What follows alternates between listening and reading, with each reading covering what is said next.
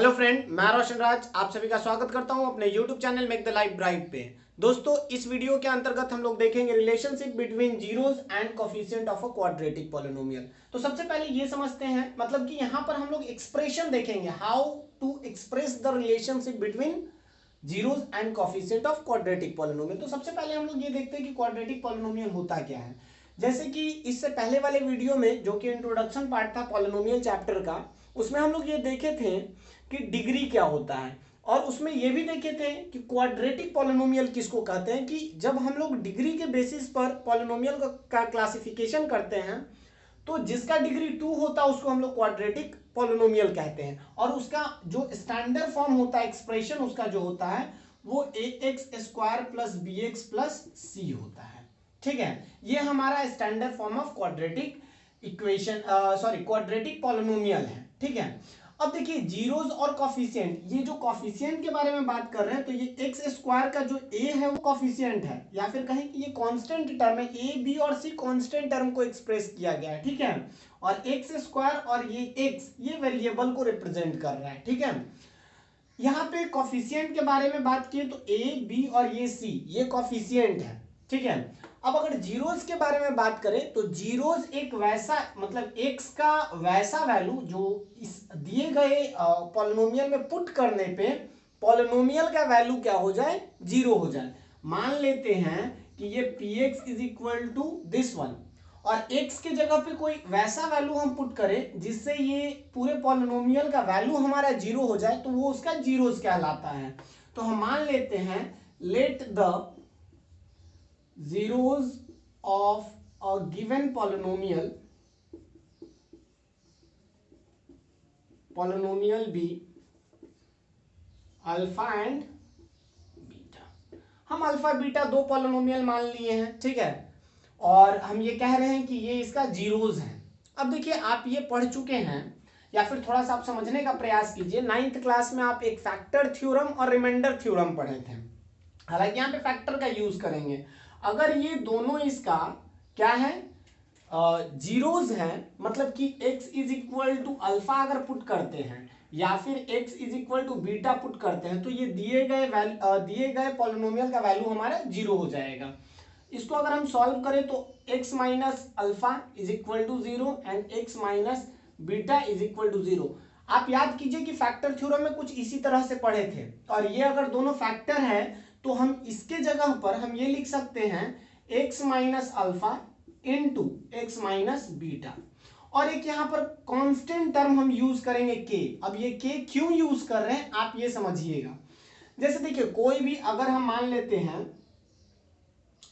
4x plus 4x², या फिर आप सिंपल सा अगर हम एक एक्सप्रेशन ब्रेक करके देखते हैं ना, अगर इसका हम स्क्वायर करें या फिर इसी को हम लिखें 4x प्लस 2, तो ये दो बार मैं, मतलब 4x प्लस 2 का होल स्क्वायर, तो इसको ब्रेक करके मैं दो बार लिख दिया हूं, और ये किसके इक्वल होगा, तो 16x² plus 4 plus 2 into 4x into 2, तो ये हो जाएगा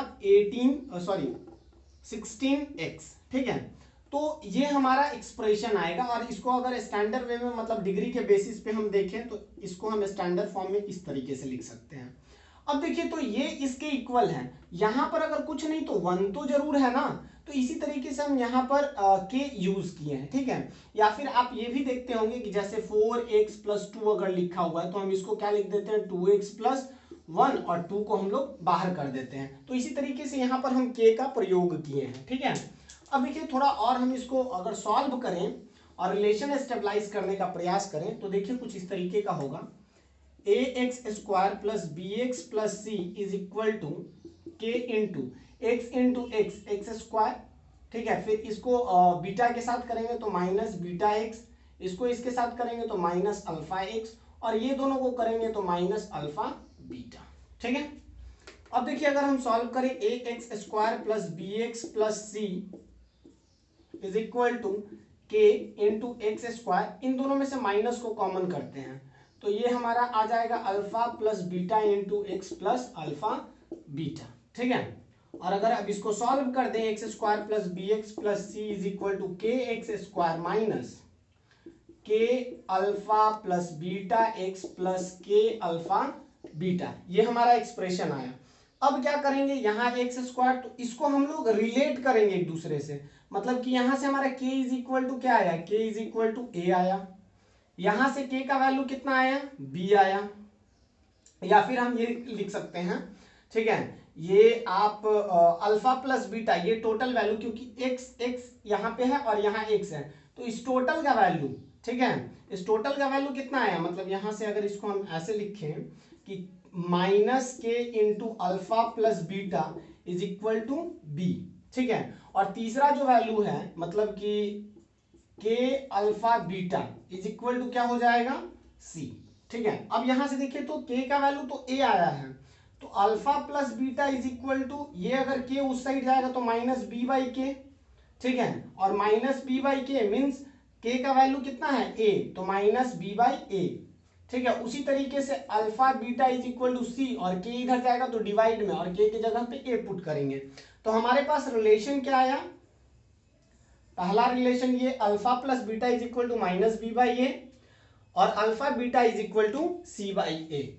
और अगर इसी को हम लोग थोड़ा अच्छे से अगर लिख दें, ठीक है, थोड़ा अगर डिटेल में लिखें, तो ये सम ऑफ जीरोज है, तो हम लोग क्या लिखेंगे, sum of zeros is equal to minus coefficient of x by coefficient of x square, ठीक है, मतलब कि x का जो कॉफिशिएंट है b माइनस के टर्म में, और फिर एक्स स्क्वायर के कॉफिशिएंट मतलब a से डिवाइड करेंगे, ठीक है। और अगर हम इसको अल्फा इंटू बीटा, मतलब जो सेकंड वाला है माइनस सी बाई ए, ठीक है, अल्फा मतलब कि प्रोडक्ट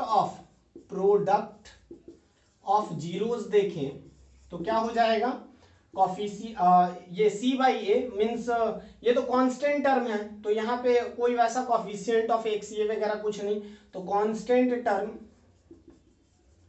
ठीक है, और बाई कॉफिशिएंट ऑफ, यहाँ पे तो सेम वही हो जाएगा, coefficient of x square. I think आपको ये समझ आया होगा। अगर वीडियो अच्छा लगे तो please like share and subscribe करना ना भूलें। थैंक यू, जय हिंद।